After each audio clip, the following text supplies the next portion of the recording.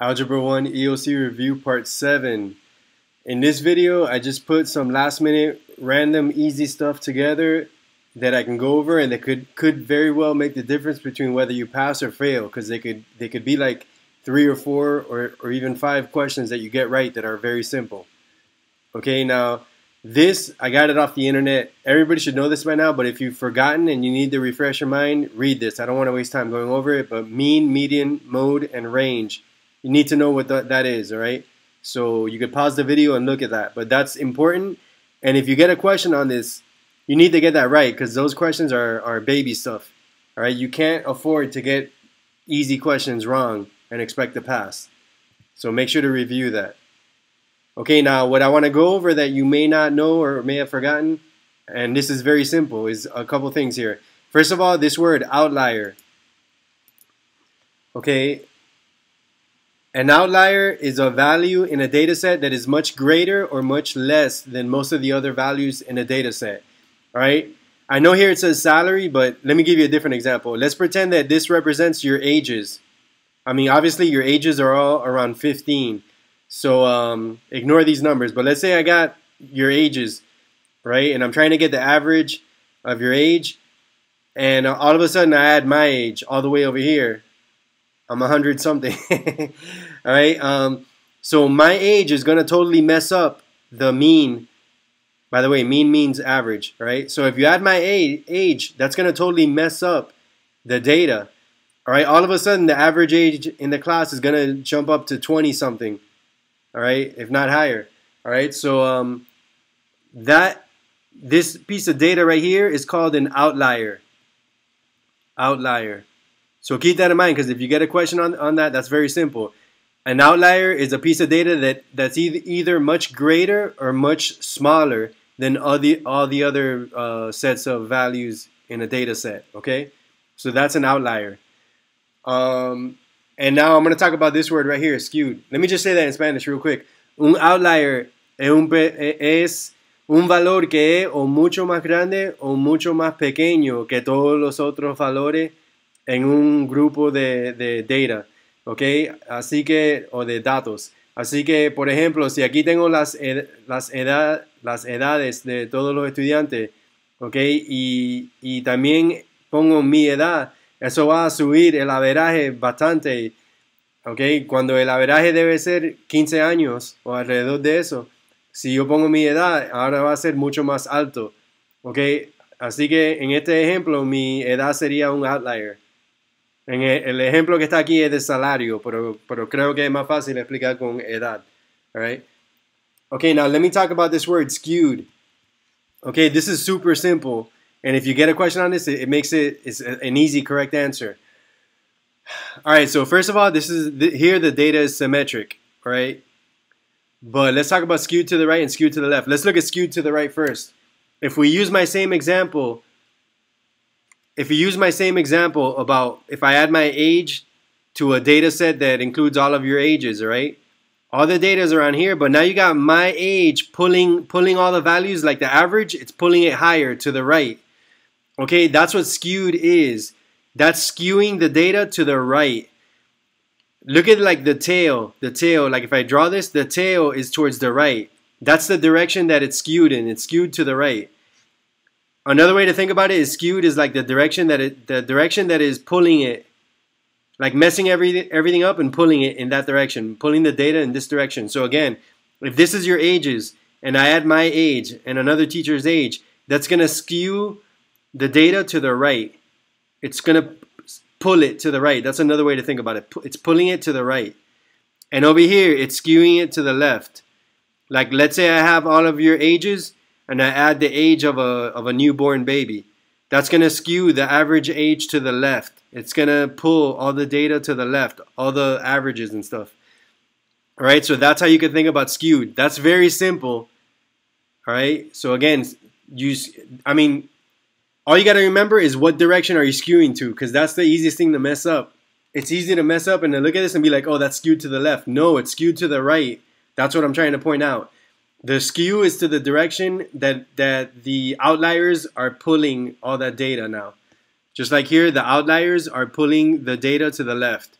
Ok, así que skewed quiere decir que está alando los datos en una dirección. Por ejemplo, aquí si esto representa las edades de los estudiantes y pongo la edad de yo y otro maestro, eso está alando los datos, el averaje para la derecha.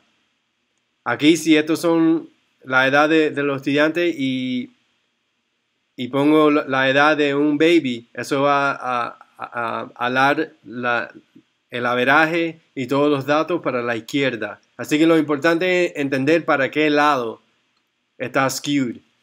All right, and okay, this is another thing that's super easy, and it'll almost for sure come up in like 2 or 3 questions. That's 2 or 3 easy correct answers. All right, first of all, correlation is when like two things are related to each other. Let me give you an easy example. Okay, so let's say the X stands for the amount of calories that you eat, and the Y-axis stands for your weight. So again, this is a simplification, all right? But the more calories that you eat, the more that the X goes up, so does the Y go up. So the more calories you eat, the more your weight goes up. That's a positive correlation. Notice how the dots are going like that. That is a positive correlation. A negative correlation would be like the more you exercise. Again, I'm just trying to give you a simplified example. The more you exercise, and then this will be your weight. So as X increases, the more you're exercising, the more your weight starts to go down. That's a negative correlation, and notice that the dots are going like this. Again, the more that you exercise, the more that your weight goes down. All right.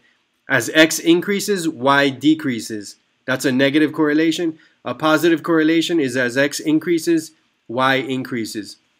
Okay. Now here, no correlation. All right. No correlation at all. So we could put like your weight, just to keep it the same, your weight and I don't know. Your weight and the number the number of shoes you own. I don't know. All right, two things that are completely unrelated. There's no correlation. So your weight and this is the number of shoes you own. There's no relationship between that. So the dots are random. All right, there's no correlation. All right, now I gotta talk about that. So we're gonna stay on that, okay? So the correlation coefficient is a number that measures the amount of correlation. This is super simple. If there's, all right, I got this from the Algebra 1 textbook that we use at school. Let's look at this one first. I don't know why they put negative first. Let's look at positive first. So if there's a strong positive correlation, by the way, the correlation coefficient is represented by the letter R. Just like slope is represented by the letter M, correlation coefficient, they use the letter R to stand for the correlation coefficient. All right? So if there's a strong positive correlation, the correlation coefficient is going to be close to +1. If there's a strong negative correlation, then the R is going to be close to -1.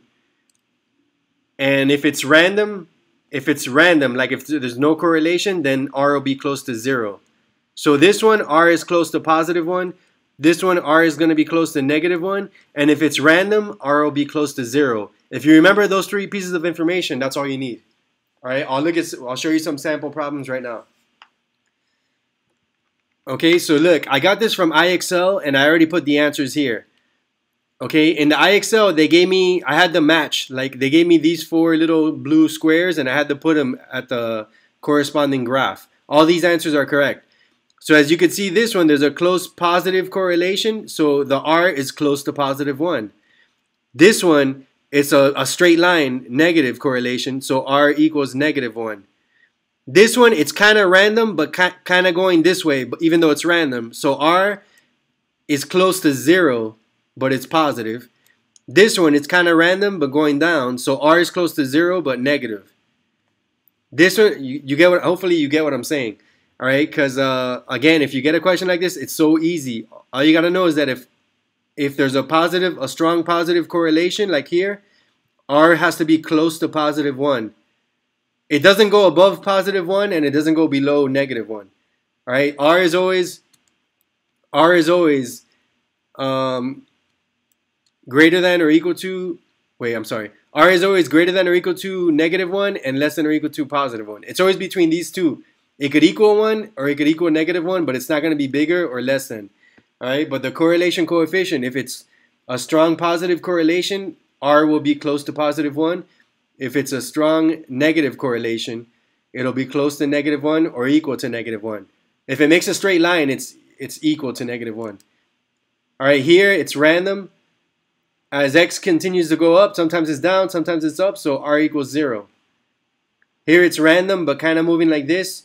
Again, as long as you understand that when it's random, when there's no correlation, it's 0.